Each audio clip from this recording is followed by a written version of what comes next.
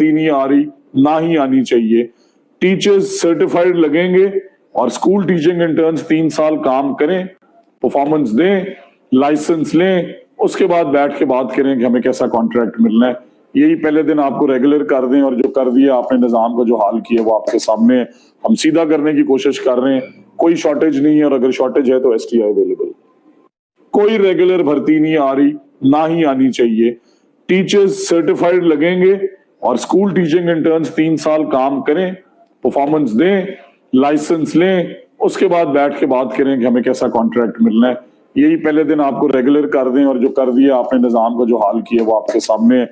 हम सीधा करने की कोशिश कर रहे हैं, कोई शॉर्टेज नहीं है और अगर शॉर्टेज है तो एसटीआई अवेलेबल। कोई रेगुलर भर्ती नहीं आ रही, ना ही आनी चाहिए। टीचर्स सर्टिफाइड लगेंगे और स्कूल टीचिंग इंटर्न्स 3 साल काम करें, परफॉर्मेंस दें, लाइसेंस लें, उसके बाद बैठ के बात करें कि हमें कैसा कॉन्ट्रैक्ट मिलना है। यही पहले दिन आपको रेगुलर कर दें और जो कर दिया आपने निजाम को जो हाल किया वो आपके सामने है। हम सीधा करने की कोशिश कर रहे हैं, कोई शॉर्टेज नहीं है और अगर शॉर्टेज है तो एसटीआई अवेलेबल।